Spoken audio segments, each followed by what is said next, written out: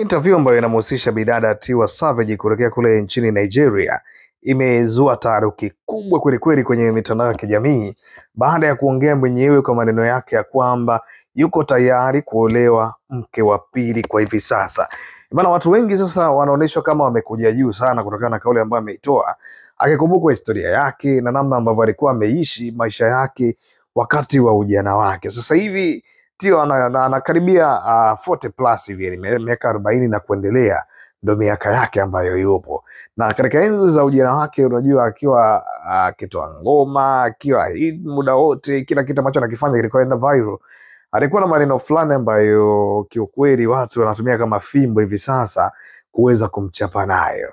Kipindi ambacho alikuwa na mume wake na mtoto wake mmoja, alikuja hadharani akasema, baada ya kuachana na baba mtoto wake, akasema mimi nitaolewa na mtu ambaye hana mtoto. Kwa hiyo hivi sasa fimbo kubwa ambayo inakuja ni watu kumchapa nayo ya kwamba kutoka nitaolewa na mtu ambaye hana mtoto mpaka hata nikiolewa mke wa pili sina shida. Yeye anachokisema, anahitaji mtu kuanzia miaka 50 tu, mtu ambaye atamheshimu hata akiwa na familia yake, haitokuwa na shida sana na hatakuwa na muda kabisa wa kumsumbua yule mke wa kwanza, kwa sababu yeye atakuwa busy na tua na ataonesha heshima kubwa, kwa sababu yule mwanamke ni wa kwanza na yeye ndio ambaye amemkuta pale.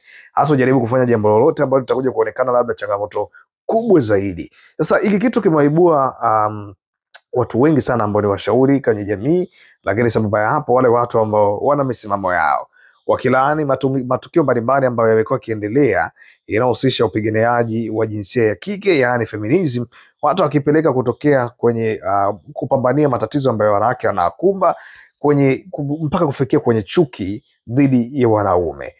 Tiwa Savage amekuwa ni mtu ambaye amepitia wakati mgumu sana kwenye kipindi fulani cha maisha yake, hususan katika kipindi hiki ambacho watu wengi wanatafsiri ya kwamba ni kama ameshuka hadhi yake ambayo watu walikuwa wanamuona nayo zamani, na ndio maana hivi sasa yeye mwenyewe anapambana kutafuta sehemu ya kuweza kujistiri. Watu wengi kwenye posti hiyo ambayo alikuwa anafanya podcast moja walikuwa wamemuuliza maswali mengi sana ya kwamba kwa nini sasa hivi unakubali kikitu wakati mwanzoni ulikuwa unajiona huko hadhi ya juu zaidi. Imekuwa ni moja ya interview ambayo imetengeneza maswali mengi. Watu wengine ambao walikuwa wanafanya nao interview kama ambavyo unawaona wa madada, wengine walikuwa wanamuunga mkono, lakini wapo ambao walikuwa wanamkatalia kabisa. Mwingine anasema kabisa, mimi binafsi siwezi kuolewa mke wa pili, labda niwe wa kwanza.